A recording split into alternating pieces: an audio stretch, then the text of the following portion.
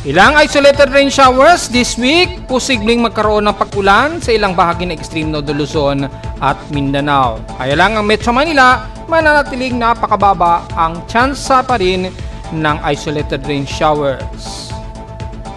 Buong bansa, patuloy pa rin ang magiging maaraw at ilang kaulapan lamang ang umiiral sa ilang bahagi ng extreme Northern Luzon at Eastern Visayas. Hot and dry na panahon pa rin sa maghapon, patuloy. At posibleng mayroong mamataang tropical wave sa may bandang southeast ng Guam, alamin.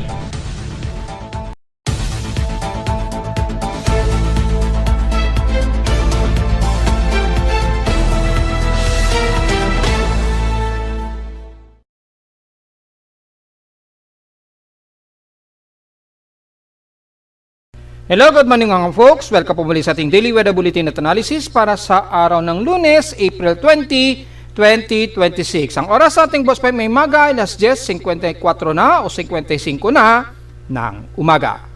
So hindi na natin masyado concern yung binabantayang bagyo sa labas ng ating domain at under subtropical o subtropical zone na po kasi siya. So isa na siyang ganap na subtropical storm.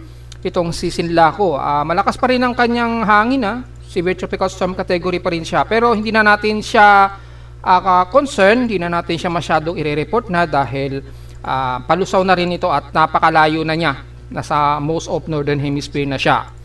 So sa lagay nating panahon, wala pa rin tayong kaulapan na umiiral Pero may forecast, kaya na ating report kahapon na may chance daw tayo ng pag-ulan ngayong araw, 100% daw. Well, swerte kung pumasok po yan para maibsan naman kahit papaano yung grabing init natin ng mga nakarang araw. Yan. Kaya lang pagdating daw ng Martes at Miyerkules ay balik na naman daw sa partially cloudy at clear skies ang maghapon. So kung ulanin tayo sa Metro Manila, well, swertihan na lang po dahil marami nang naghahanap ng ulan. Namimiss na raw ng mga kababayan natin ng umulan dahil hindi na nila kaya talaga ang sobrang init kasabay din ng malagkit-lagkit na hot humid na panahon ngayon dahil mataas ang ating outside humidity. Sa ating current conditions, overcast, gloomy haze at few clouds ang umiiral dito sa amin sa Caloocan ngayon at patuloy na maula pero mainit at kasabay din ng easterly trade wind na lumalakas. Asahan natin na magiging malagkit na alinsangan na naman ang iiral sa atin simula ngayong araw. Kasabay din ng medyo windy tayo, so expected na pumapalo sa 18 km to 24 km per hour or mahigit pa ang maaring mga bugso natin sa Metro Manila. So dahil po yan sa pagbalik na naman ng easterlies na nagparamdam na naman muli ngayong araw after na nawala na yung hatak ng southwesterly inflow na hinahatak ng trough ni Bagyong Sinlaco. Sa lowest temperature na naitala ng aking weather station kaninang 5:04 AM, nakapagtala kami ng lowest of 26.9 degrees Celsius. Kahapon, mataas na o pinakamataas na naitala sa amin, 34.5 degrees Celsius. Kahapon ito ng hapon at 2:41 PM. So hindi ganun kalala ang outside temperature namin kahapon. Pero natiling mataas ang aming heat index. Pumalo naman sa 47.6 degrees Celsius. Kahapon ang highest heat index. So dahil dyan, silipin po natin yung possible na magiging init factor natin ngayong araw. As of 10:04 AM, nasa 40.5 degrees Celsius extreme quotient na po yung aming outside yung total na outside na heat index. So hindi na po maganda yan at iwasan natin masyadong magbilad dahil mataas ang ating outside humidity, so medyo pahirapan ang ating pagpapatuyo ng pawis niyan, maglalagkit yan sa katawan. Samantala sa forecast, 38 degrees Celsius lang daw at 61% humidity ang extreme quotient daw na forecast ayon sa ECMWF. Pero sa maghapon hanggang 42 degrees Celsius daw ang aabutin sa amin mamayang alas 2 hanggang alas 3 doon ng hapon sa Caloocan. Kahapon sa init factor ni Pag-asa, isa lamang ang nanguna sa may pinaka-highest heat index kahapon na sa bandang Sangley Point, Cavite na 44 degrees Celsius ang highest heat index. So nangunguna pa rin kami sa Caloocan na halos 47 degrees Celsius ang highest heat index namin kahapon. Sa heat index forecast nationwide naman, double check natin kung mataas na ba sa Tuguegarao dahil nangunguna palagi ang Tuguegarao sa may napakamainit na temperatura. Well, 36 degrees Celsius po ang forecast nila ngayon, pero aabot sa pinakamataas sa 40 degrees Celsius starting yan mamayang alauna hanggang alas 3 daw ng hapon. So mukhang tumataas-taas na rin po yung heat index sa Tuguegarao. So silipin natin sa Santiago Isabela. Saan yung Santiago? Yan. Santiago, Isabela, tingnan na rin natin. Well, nasa 35 degrees Celsius ang kanilang heat index, pero aabot to ito ng hanggang 40 degrees Celsius mamayang alauna hanggang alas 2 ng hapon ayon dito sa forecast. So, tumataas-taas na rin. Sa bandang Dagupan, Pangasinan naman, yan, i-precise natin. 38 degrees Celsius ang pinaka inaasahang heat index ngayong 10 o'clock. Diyan sa Pangasinan or Dagupan, papalo daw ito hanggang 40 degrees Celsius ngayong alas 12 ng tanghaling tapat. So, papalo hanggang 40 degrees Celsius. So, tumataas-taas din. At sa bahagi naman ng Central Luzon sa Tarlac, 39 degrees Celsius po ang inyong heat index. Kayo ang pinakamataas. Papalo daw ito hanggang 43 degrees Celsius mamayang alauna hanggang alas 2 daw ng hapon. So, ingat po sa mga kababayan natin sa Central Luzon. Kayo po ang inasahan na may pinakamataas pa rin na heat index ngayong araw. Sa bandang Batangas naman, double check natin. Well, nasa 39 degrees Celsius daw, pero mukhang hanggang 39 degrees Celsius lang pinakamataas sa Batangas. Sa San Jose Occidental Mindoro naman, double check natin, 36 degrees Celsius at mukhang hanggang 37 degrees Celsius lang ang pinakamataas. So, mababa lang. So, nangunguna ang Central Luzon sa Tarlac ang may pinakamataas na expected heat index sa inyo. Yan, kayo po may pinakamataas. Double check natin ang heat index monitoring natin mula sa ating automatic weather station ni Pag-asa. Mukhang mababa ang kanilang current heat index ngayon. Highest heat index ang La Trinidad pa rin. Nag-a-adjust yung heat index sa La Trinidad. Pero bakit ang taas ng kanilang mataas yung kanilang heat index? Nakapagtataka na bakit ganun kataas. Napakalamig dyan sa La Trinidad eh. So, medyo questionable sa akin to. Sa current temperature, ang La Trinidad nasa 32.28 degrees Celsius. So, ang init sa La Trinidad. Hindi ko alam kung accurate ito mga folks, pero mismo yan sa automatic weather station ni Pag-asa. So, si Pag-asa lang makakapag-confirm yan. Mukhang napakainit naman masyado sa La Trinidad, Benguet. Mas malamig pa sa Baguio. So, wala tayong idea dahil kung titingnan natin sa Baguio, sa pagdating sa pinaka-lowest air temperature,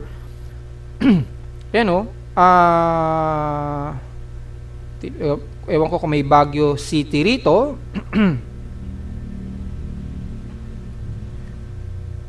Walang nakalagay na Baguio City. Pero, makikita natin dito ay sa Quezon Province, malalamig pa sa kanila, mababa, Panglao, Bohol, Tanay, Rizal. Sa hilagang bahagi naman, dyan sa bandang Ilocos Norte, 22.21 degrees Celsius. So, hindi natin maintindihan bakit ganito kataas ang temperatura sa La Trinidad. Mukhang mali yata ang positioning ng automatic weather station ninyo. Dapat matingnan po nitong maigi. Kasi parang hindi ka panipaniwala na napakataas ng elevation nitong La Trinidad, Benguet. Siya pa ang may pinaka-highest o pinakamataas na outside air temperature na 32 degrees Celsius. Mainit naman masyado yan. So parang hindi ka panipaniwala ito. Pakicheck na lang po kay Pag-asa kung tama ba yung reading nitong automatic weather station nila kasi sa highest air temperature nangunguna ang La Trinidad, Benguet sa may pinaka-highest air temperature, which is hindi po ito tamang measurement. Hindi ito accurate. Napakainit naman para naman sa napakataas na elevation. Ang taasan, bundok yan eh. Mas pataas pa nga at dapat nga mas malamig yan kumpara sa Baguio City. Pero bakit sila pa ang may pinakamataas na current temperature? So, medyo katakataka po ito mga folks. Paki-check na lamang po sa ating mga technical units ni Pag-asa sa nakapwesto sa La Trinidad at Benguet. Napaka-unfair naman na babudgetan. May sapat naman ng budget si Pag-asa naman, di ba po? So, bakit hindi ito ma-check maigi? Hindi naman yata kapanipaniwala na ganito kataas ang temperatura sa Benguet. Alam naman natin na yan ang isa sa pinakamalamig na lugar sa Pilipinas aside from Baguio. So, wala tayong idea bakit ganyan. Yan, pakicheck na lamang po mga folks Pati sa heat index, nangungunang La Trinidad at Benguet. So, very questionable po sa akin ito mga folks na bakit ganyan kataas. So, balik agad tayo sa ating analysis para sa report ngayong araw ay kung kukumpara naman natin sa PX systems in past 24 hours, nangunguna ang NAIA airport sa may pinaka-highest air temperature na 35.9 degrees Celsius na highest air temperature. So halos po pangalawa lamang kami sa Caloocan na may 34.5 degrees Celsius. Sa Baguio ay nasa 17.4 degrees Celsius. Typically yan, every hot dry season. Usually ganyan ang temperatura sa Baguio pagka-araw. At inulan naman ang Borongan Eastern Samar. So very light lang ang pag-ulan, light drizzle at 0.4 millimeters. At sa average maximum sustained wind ang Puerto Princesa na may 15.3 kilometers per hour. Wala pa rin kami pag-ulan sa Caloocan, pero ang average wind speed namin nasa 16.7 kilometers per hour. At yung bugso namin ngayong araw ay umaabot ng 40.7 kilometers per hour. So medyo may pagka-windy kami rito. Mataas ang ating outside humidity, 76%. So asahan natin na malagkit-lakit na alinsangan nito, bumaba ito ng 2% since last hour. 1,009 hectopascals ang ating atmospheric pressure, steady ito since last hour. At sa atin namang high tide and low tide status, sakto lang 2 minutes to maximum high tide tayo, 11:06 AM ngayong umaga. Yan. So high tide po tayo. So double check natin ngayon sa almanac gamit ang tides. Mali pa yata yung na-click natin. Na-click natin ay yung METAR. Hindi natin kailangan yan. Ang dapat nating i-check yung high tide and low tide status. Ito. So April 20 ay nasa pinaka-highest tayo, 1.2 meters po. So, mataas ang ating alon. Pero, kalmado naman yung karagatan natin sa silangan. So, walang masyadong problema. Pero, ingat po sa mga maliliit na mangingisda dahil mataas po ang ating sea level.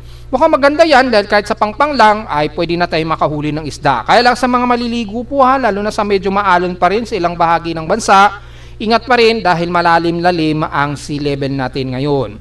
Sa loob ng 3 araw ay maabot sa mahigit 1 meters ang magiging high tide natin ha. Hanggang April 22 po yan. So, alam na po medyo alisto po tayo maging cautious po tayo sa mga papalaot hanggang sa Miyerkules. Yan, mataas po yung ating sea level, lagpas 1 meters. So, bago ang lahat, para sa mga kabatang natin at sa mga taga-Albay, tingnan natin yung status ni Mayon Volcano. So, aktibo pa rin, nanatili pa rin unrest si Mayon Volcano as of April 20 ngayong araw. Pero kahapon nila itong measurement ay natili pa rin ang lava effusion sa 4 na area sa Mayon Volcano ha. At merong recorded na 64 volcanic earthquakes, merong 32 volcanic tremors daw. Tumagal daw ito ng 3 to 62 minutes. So, halos mahigit 1 oras daw ang itinagal ng volcanic tremor ha. Medyo delikado yan. 356 rockfall at isang pyroclastic activity ang naitala. So ingat po, mukhang napaka-agresibo pa rin itong si Mayon Volcano at nagkakaroon pa rin siya ng tuloy-tuloy na rockfall events. At yung crater glow, tuloy-tuloy pa rin po yan. At sulfur dioxide flux, 2,127 tons per day ang recorded since April 19. Mahina naman daw ang emission, southwest daw ang drift. So patuloy pa rin ang aktibo ng volcanic earthquake sa paligid ni Mayon Volcano. So alam na po natin yung reminder na possible hazards na mangyayari ha. Mga rockfall, yung ballistic fragments, yung lava flow ha. Sa mga hindi pa nakakaalam, pyroclastic density, yan, mas delikado yan. Matinding suno o paso ang aabutin nyo pag natalsikan po tayo yan. At may mga aasahan daw na moderate in size explosions, lalo na malapit sa bunganga ni Mayon Volcano dahil nagkakaroon nga po ng lava effusion. Kaya asahan ang medyo pyroclastic density na aasahan dyan. Kapag umulan naman, expected ang lahar na dadaloy ha sa matagalang pag-ulan. Pero mukhang wala namang matagalang pag-ulan ngayon dyan sa bandagi ng Albay area. Mukhang maaraw at halos maaraw ang magiging maghapon dyan sa bahagi ng Bicol region. Sa ating Mayon Volcano, using thermal anomaly, nanatiling high pa rin po at nasa variable radiated power, 117 megawatts po.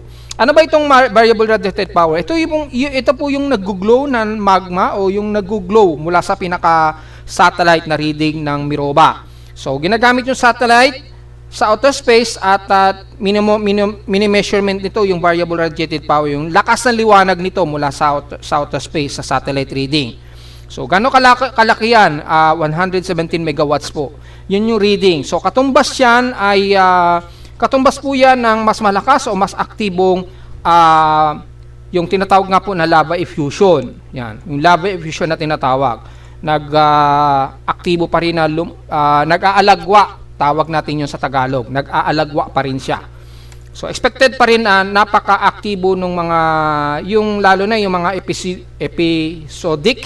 episodic minor na tinatawag at yung mga strombolian activity. So mostly yan ay nadedetect mula sa pinaka thermal anomaly. Kaya importanteng na monitor yan. The more na mas mataas ang density, the more na mas mataas po yung kanyang reading na possibility of unrest o very unrest ng isang bulkan po, ha? So kung titingnan natin dito kay Mayon Volcano, makikita natin na napaka-active po ng fire density kay Mayon Volcano. Ayan, pinakabunganga, nakikita naman natin. Yan, so nasa 90% confidence ito, yung Modis fire. Ibig sabihin, yung detection ng fire ay napakalawak pa rin po niyan. Yan. Yan, yung Modis fire mataas. Yung iba nga na mga weather brother, ginagamit nila yan sa mga normal na CBI index. Hindi po yan CBI index. Ito po yung tinatag na Modis fire base sa pinaka Modis o variable radiated power reading ng satellite. Huwag niyo pong gagamitin yan bilang CBI o Chandler Burning Index, ha. Baka ma-mislead na naman yung mga kababayan natin. Ginagamit yan ng Modis fire para sa possible na mga volcanic eruption or mga hindi inaasahang sunog din. Yan, pwede rin kasi gamitin sa sunog yan, pero kapag naganap na po yung sunog, hindi yung mangyayari pa lamang. Which is, yan ang ginagamit natin sa CBI o Chandler Burning Index po. Yan. Yan. Sa ibang bahagi ng bansa, nakikita naman natin yan na merong ganyan. Ayan o, merong dito sa Las Piñas, may nadedetect na Modis fire. Hindi ibig sabihin yan ay, posibleng may mga nadedetect na mga sunog yan. Ayan o, may Modis fire na nadedetect. Ayan o. So, hindi lang sa iba't ibang bahagi ng bansa nakakadetect ng ganito na sunog. Marami yan. Yan. Sa iba't ibang bahagi ng bansa ay marami po talagang Modis fire na nadedetect. Ayan o, Modis fire yan kasi. O, di ba? Ang lawak. Yan. Mga possible na sunog yan. Yan, mga possible na sunog. Marami talaga na possible na susunog pero not physically na 100% nagiging accurate yung mga sunog na yan. Yan. Malinaw po yun mga folks, ha. Kailangan muna natin makita in actual. Gamit ang ating smoke detectors o yung air quality. Sa ngayon, ang nadetect natin yung usok dito sa bandang nabota sa landfill, di ba? Yun. So, sa mga ibang lugar na mayroong Modis fire detection, ay paki-double check na lamang po natin, ha? Bago natin i-conclude na sunog ba talaga yan. So, yan, may Modis fire kasi, so i-confirm muna nating maigi kung merong active fire po. Huwag muna tayong basta-basta magko-conclude para naman hindi naman magiging kapanik-panik sa mga kababayan natin, ha? Iwasan po natin yung mga ganong senaryo. Yan. Meron tayong ginagamit na Modis fire monitoring. Yan. So, possible may sunog yan, pero maganda kapag merong naka-indicate na may Modis fire, mataas kasi ang confidence, lalo na yung fire detection centroid, ganyan, tumataas, confidence ng sunog ay 66%, i-double check muna natin. Kasi mataas daw yung brightness niya. Halimbawa, brightness niya 300 plus na. So, maaring sunog yan or maaring mistaken lamang na nagliliwanag sa gabi. Yan. Kaya napapagkamalan minsan na sunog siya. So, sa mga area na tumitingin, double check natin, ha. Trabaho yan ng dapat sa mga yung National Fire Department natin, dapat meron silang surveyor na sa mga lugar ninyo, halimbawa dito sa Dagupan City, mayroong nadidetect na Modis fire dyan. Sa mga distrito na kung saan may malapit na fire bureau, yung mga area na naka-indicate, puntahan nila yan. Para meron silang tatrabahuhin, di ba? Magdadala sila ng bombero, ganyan. Papasyalin nila yung lugar na yan, yung mga naka-indicate na yan. Checkin lang nila kung positive ba. O, kung sakaling positive, nakita nga nila, umuusok, nagkaroon ng sunog, dala na nila kaagad yung bombero. So, at least, nawa-warm up yung mga engine ng kanilang mga bombero. Instead na lagi sila nakatambay lang dun sa istasyon. Pag wala naman silang masyadong responde sa sunog, pwede nilang gamitin itong pag-monitor sa mga Modis fire detection na ito. Yan. Hindi naman ibig sabihin na may nade-detect ang modis fire, ibig sabihin may sunog na kagad. I-verify muna nila. Yan. Para hindi ma-mislead yung mga kababayan natin. Hindi porket may indication ng sunog, positive, sunog yan. Hindi po ganun ha. Dino-double check muna yan ng mga fire personnel natin. Dapat yan ang trabaho ng mga sa fire bureau ng bawat lalawigan. Kasi di ba pagka nagbubukas tayo ng kumpanya, di ba nag-a-apply tayo ng para sa sunog? So may budget yan, may budget. So kapag may budget, pwede niyo yung gamitin para mag-respond o romonda tayo kapag mayroong na-indicate sa inyong mga city or distrito na may naka-indicate na ganito, puntahan niyo po yan. Tapos i-double check lang natin, halimbawa dito sa Olongapo, yung mga nasa distrito ng Kalkalan Bridge, malapit, or bandang elementary school ng Gordon Heights, sa mga fire bureau natin sa paligid, may naka-indicate daw na po this fire dyan. So, pwede kayo mag-deploy ng bombero. Siyempre, wag muna kayo magwawangwang muna. Parang survey lang. Titingnan nyo kung positive ba na sunog yan or mistaken lang. Ganyan po dapat ang pag-responde. Kasi sa ibang bansa, yan po ginagawa nila. Kapag may modis fire na nadedetect ang NOAA, kinokontak nila yan, niraradyo nila yung mga kasamahan nila sa Fire Bureau. Tapos sasabihin nila, merong indication na modis dito with 72 confidence based on satellite coordinates of latitude and longitude, bibigay nila yon. And then, date acquired, kung anong date acquired yan, ay titingnan nila yan. Then, yung mga bumbero nila na may kasama na kagad ng mga personnel, pupuntahan nila yan, i-double check nila.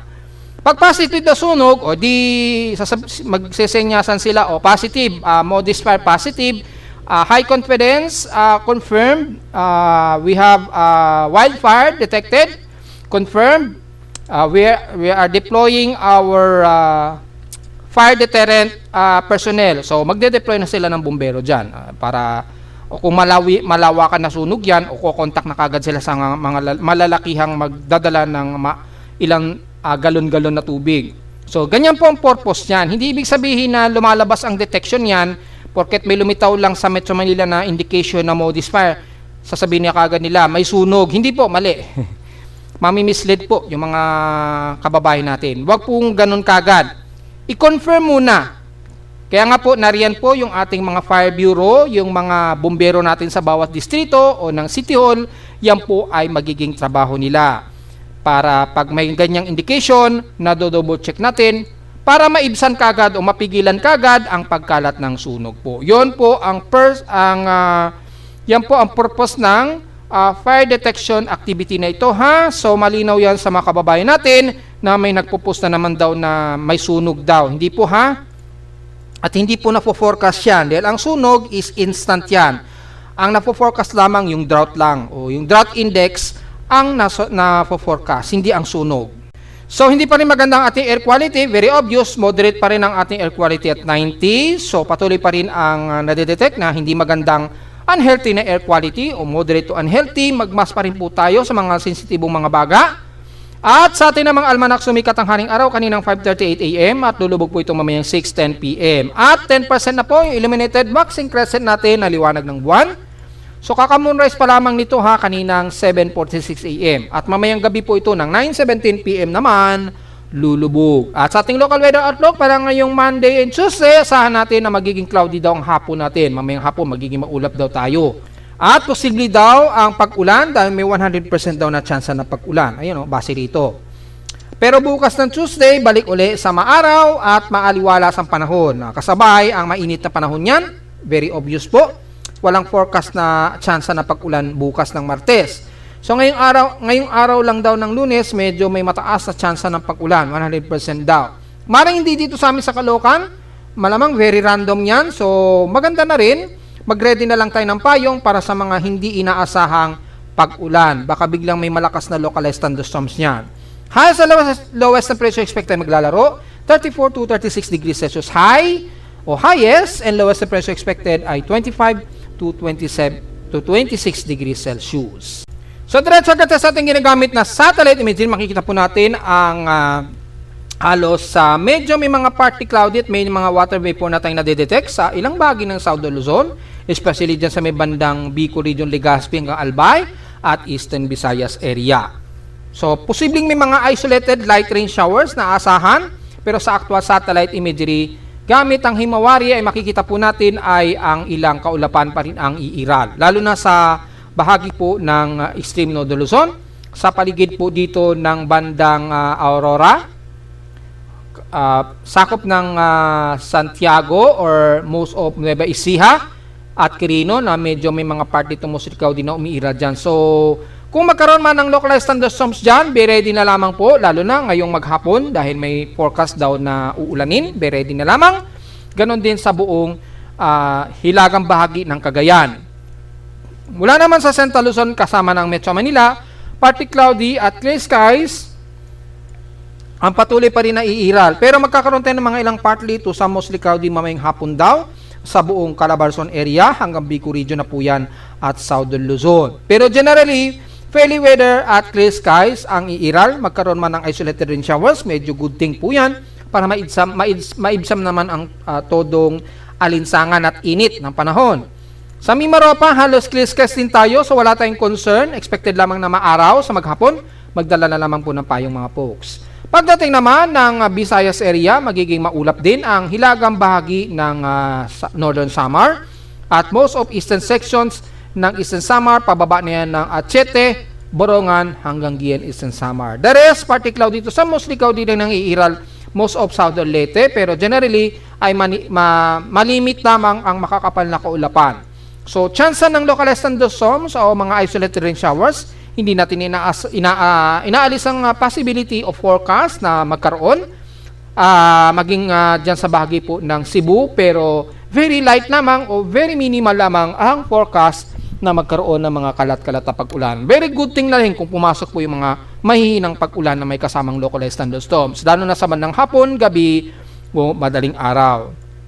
Clear skies din at maaraw sa maghapon din sa buong Mindanao area, kabilang na ang ilang bahagi ng Davao Region, kasama na ang City of Davao at Davao de Oro at Davao del Norte and most of Caraga area.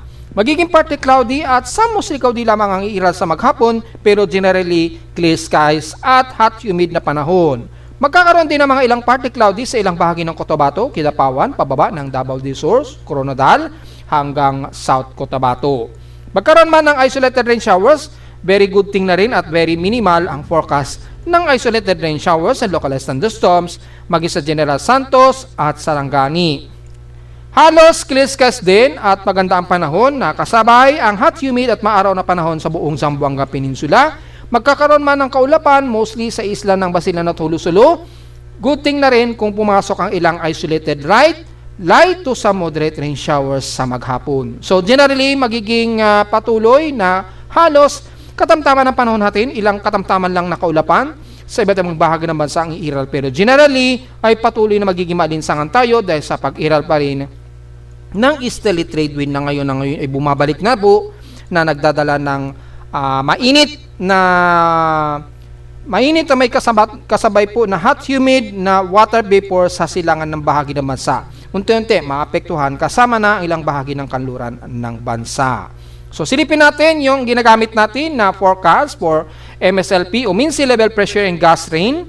So, mula dito sa pinaka-gust and mean sea level pressure, halos sa katamtaman o medyo moderate lang atmospheric pressure. Yung bugso po ng hangin natin, mostly eastern sections ng bansa. Ayan, nakikita natin dahil sa easterlies.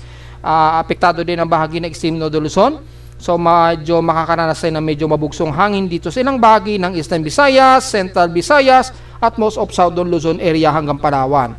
Yan, hanggang April 19 na raw po ang itinaas yan hanggang kahapon. And then, extended na ang forecast niyan, tuloy-tuloy hanggang April 25 po yung forecast na magkaroon ng mabugsong hangin sa silangan ng bansa. So makikita natin ay most of eastern sections ang mabugso. Ingat po at sa uulanin naman sa loob ng 24 oras, nasa natin hanggang April 25 to 26, may mga isolated light to some moderate and some heavy rain showers daw tayo na iiral sa ilang bahagi ng extreme Northern Luzon sa Ilocos Region. Kasabay na ang ilang parte ng Mountain Province. Mukhang magkakaroon tayo ng pag-ulan dito sa bandang Mountain Province this week. Ano? Ang range yan between April 23 to April 25 na magkakaroon ng mga moderate to some heavy rain showers dito sa may bandang Mountain Province. So be ready na lamang po mga folks just in case. Pero sa Metro Manila o Central Luzon, halos wala tayong inaasahan na ulan pa rin hanggang dito sa bandang Bicol Region o Southern Luzon. Mangilan-ngilan sa may bandang Samar, panandalian lang siguro ito, at sa may bandang Mindanao po, especially sa may bandang Zamboanga Peninsula, yan, at Lanao Region. Yan. Yan, sa may bahagi po ng Lanao Region, magkakaroon tayo ng mga ilang moderate to some heavy rain showers po dyan. Magkakaroon ng at least 50 to 60 millimeters na rainfall accumulation. Kung titingnan naman natin sa precipitation chance, sa Metro Manila halos wala po tayong magiging pag-ulan hanggang April 26 daw. So, bad news sa atin sa Metro Manila. Mukhang tuloy-tuloy pa rin tayo magiging mas maaraw dito.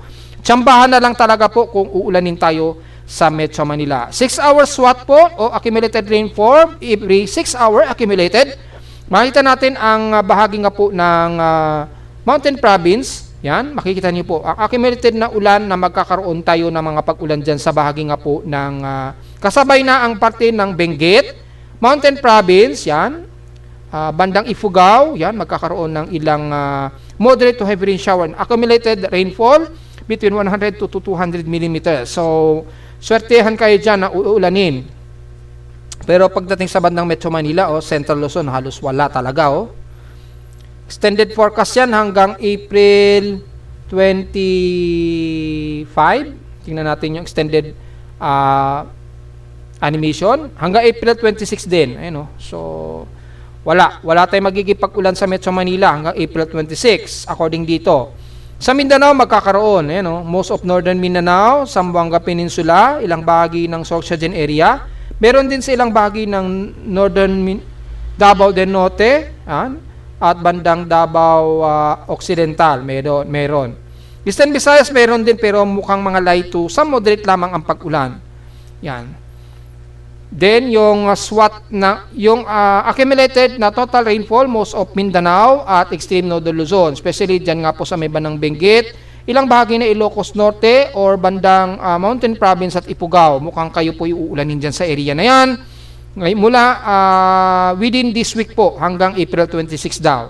Pero sa Metro Manila, mukhang malabo talaga mga folks. So, yun. Yun yung magkakaroon naman talaga ng pag-ulan. Pero dito lamang sa area na ito, ng bandang Mountain Province, Benguet, Ifugao, at sa Mindanao naman ang most of northern Mindanao, Zamboanga Peninsula, Lanao Region, at ilang bahagi ng Sorsogon area at most of Davao del Sur. Yan, magkakaroon ng ilang mga light to some moderate and some heavy rain showers ang magiging pag-ulan. Pero negative pa rin talaga tayo sa buong Central Luzon, kasabay na ang Metro Manila at South Luzon. Swertehan lang na magkaroon talaga ng pag-ulan dyan, lalo na yung mga afternoon rain showers. And since hindi na natin concern itong si Bagyong Sinlaco, under dissipation range na po siya at dahil subtropical storm na po siyang maituturing, ang pwede na lang natin siguro i-report yung kanyang best track, yung pinaka most accurate na track na aprobado ng World Meteorological Agency. Yan, World Organization pala. Yung napag-alaman ko, ang EVE-TRAX yan ay ginagamit na inaaprubahan ng World Meteorological Organization. So, yung best track ng bagyo, nire-report pala yan lagi o araw-araw ni EVE-TRAX sa WMO. So, kung ano yung lumalabas dito, ito po yung most of very official na report na magiging track ng bagyo. So, as of April 19, April 20 sa atin sa Pilipinas, alas 8 ng umaga, ito na po yung best track ni Bagyong Sinlaco. Yan. Yan, ito na po yung ano niya, nag-super typhoon siya starting nitong hindi, typhoon category pa lang to dito. Nag-super typhoon siya mga April 12 hanggang April 16. Super typhoon po. Ayan o. And then, balik siya sa pagiging typhoon category. Mga mga April 17 na sa atin sa Pilipinas yan, alas 8 ng umaga. Yan, 183.0 kilometers per hour, yun, oh. So, tapos ito yung galaw niya at nag-recurve nga po siya palayo sa domain natin. And then, hanggang kahapon po, yung huling record niya na balik sa severe tropical storm na siya na nasa 100 kilometers per hour. Yan. Ang record natin kahapon, 102 kilometers per hour po yan kagabi. Ngayon, nasa 93 kilometers per hour na lamang. So, pahina na talaga siya. Yung 10-minute average na tropical storm category na lamang siya. So, yun po. Yun po yung pinaka-huling report. At yan po yung pinaka-best track ni bagyong Sinlaku. Yan. So, very real time po at nalalaman natin yung pinaka-best track. Yan na naman po yung marereport natin at since wala nang concern itong si bagyong Sinlaku, double check natin kung ano yung magiging situation natin gamit ang Tropical Cyclone Assessment Monitoring. May susunod ba kay Sinlaku? Tingnan natin. Dahil kung maalala ninyo, nag-report tayo na mayroong possible tropical wave sa unang linggo po ng May, di ba? Mga starting huling dalawang araw ng April, mga April 29 to May. Di ba? Naalala nyo, nung isang araw, nag-report po tayo niyan. So, kung titingnan natin dito sa Global Tropic Hazard, April 29 yan hanggang May 5 po. Magkakaroon ng possible 20% na magkaroon ng tropical wave or possible tropical cyclone development yan. Kaya lang, halos mid-Pacific nito, napakalayo. Napakalayo sa silangan ng Guam. So, mukhang hindi yan magiging banta sa bansa o sa Guam. Pero siyempre titignan natin dahil anomaly po yan may consider. Sa ngayon, wala pa tayong mamamataan yan dahil sobrang layo. Lagpas-lagpas pa hindi abot. You know. So, sa maging tropical wave, balik po yung easterlies natin. So, magiging maalinsangan na naman tayo hanggang April 26. Yan. At yung mean sea level pressure. So, naglalaro sa 1,008 to 1,014 hectopascals. Umiiral muli yung ridge of high pressure area, yung subtropical, yung pinaka ridge of high pressure area sa taas, subtropical ridge, yan, sa itaas, ayun o, nagkakaroon. Normally yan, dahil hot dry season tayo. Pero dito sa bansa, makita natin naglalaro 1,010 to 1,008, 1,007 hectopascal. So, mukhang magkakaroon tayo ng mga thunderstormy nitong week na ito daw. So, tingnan natin mga folks at mula naman sa simulation ng computer model ng GPS, pagpasok po ng mga April 26, medyo may tropical wave daw na mamamataan dito. You know. April 26. Mga April 26 hanggang April 27, medyo may nabubuong surface trap dito o tropical wave. Well, tingnan natin. Ayan o, mataas pa naman atmospheric pressure, so ano lang yan, malamang surface trap lamang, may dalang ulan po yan. Yan. Kay SMWF naman, so far, surface trap lamang ang nakikitaan dito. Ayan, napaka-negative po. So wala tayong expected na may mamataan muna this week na aktibong bagyo o low pressure area sa ngayon. May mga minor lamang na mga surface trap lamang na nakikitaan nito o nakikitaan natin sa southeast of Guam. At napakalayo, halos mid-Pacific. So, mag-update tayo kung magkakaroon ng progress itong surface trap na ito dito sa may bandang southeast ng Guam. Halos malapit sa equator zone. So, yun po. Wala tayong expected na may mabubuo. Nagkakaroon lang ng ilang possibly na convergence dito sa southeast of Guam. Normally yan, magkakaroon ng mga ilang surface trap. Pero wala tayong nakikitaan na horizontal anomaly or cyclonic anomaly sa ngayon. So, yun lang po, pinaka-report natin at wala naman tayong masyado makukuha pa na further information sa ngayon. Samantala sa Ulat Lindol, may mga ilang minor tayo mula pa kahapon na mga ilang mga pagyanig. Yan. Ito, tingin ko, teleseismic ito. Pero as of 7 o'clock o 7:22 a.m. o 23 a.m. ngayong maga, o kami na-detect na naman tayo na lindol. Although medyo minor lang siguro to, mga magnitude 3, ganon, mga 3.5, tingnan natin sa data feed ni VBOX. Oras sa Pilipinas, 2:35 a.m. ng madaling araw. Diyan na naman sa beba ng Balut Island, Sarangani, Davao Occidental. Magnitude 4.5 po ito na may lalim na 7 km lamang. So, ang babaw niya So, mukhang nasa Indonesian Peninsula Zone na naman siya. Nagkaroon ba ng ripple sa karagatan gamit ang ating buoy monitoring? Mukhang wala naman. So wala masyadong malakas sa pagyinig. Although nasa magnitude 4 ito at napakababaw ng kanyang epicentral depth. After nyan, mula kaninang madaling araw ay wala namang sumunod sa kanya. At usually, yung na-detect natin sa seismograph, mga 7:22. So tingnan natin ha, 7:22 AM. Ito, Zambales. See? Nagkaroon ng magnitude 3.5 na may lalim na 13 kilometers sa may bandang San Felipe. Na-detect ng aking seismometer sa Caloocan kaninang mga 7:22 o 21 AM. Kay Phobox ay 7:21 AM o itong kaninang umaga. Ngayong umaga lamang, nagkaroon ng magnitude 3.5. So baka naramdaman nila kahit intensity 1 lang o intensity 2. Diyan sa paligid po ng Olongapo or bandang Zambales. So ingat po tayo mga folks ha, dahil na-detect na aking seismometer yung pagyanig dyan sa bandang San Felipe, Zambales. Ingat na lamang po. Pero makikita ninyo medyo kokonti pa lamang yung registered na mga pagyanig na naitala ng mula sa data feed ni PBOK. So kokonti pero meron kagad na nailista na isang magnitude 4.0. Yan. Sa labas ng bansa, mukhang may mga malakas-lakas ha. Kaso Indian Pacific na ito malayo. Yan. Halos bandang Antarctica yung pagitan. Kaya hindi na detect ng ating seismometer. So diretso agad tayo sa ating historical earthquake data para mabilang natin yung total earthquake natin ngayong April 20.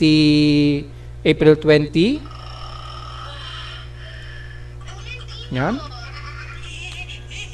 So, bilangin natin nasa total of 659 total earthquakes na tayo. 638 dito is magnitude 2.0 pataas, 18 sa magnitude 4 at nanatiling isa ang ating magnitude 5, magnitude 6 at magnitude 7 na lindol. So, nai-report na natin na mataas pong cluster sa may bandang Visayas at Mindanao pa rin ha. Pero wag nating baliwalayan ang Luzon dahil dumadami na po. Lagpas 140 na po yung clustered earthquake sa extreme northern Luzon. Yan, maging alisto po tayo lalo. Nagbi-build up na naman yung ating mga pressure ng tectonic plates, most of northern o extreme northern Luzon at bandang katimugan ng bansa. At narito naman ating 3-day weather forecast para sa araw ng Lunes, April 20, 2026.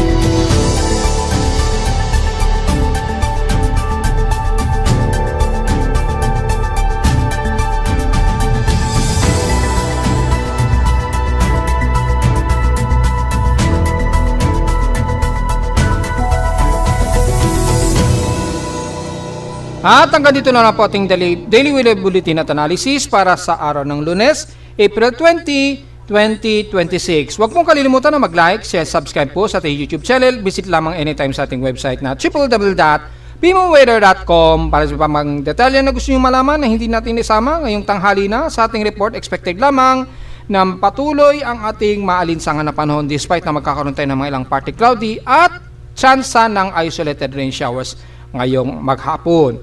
At visit lamang sa ating website sa gustong malaman pa rin pinaka-dynamic events mula sa reading ng ating aparato sa Caloocan at sa data feeds mula sa iba't ibang weather agencies. Maraming salamat po mga folks at magandang araw po sa ating lahat.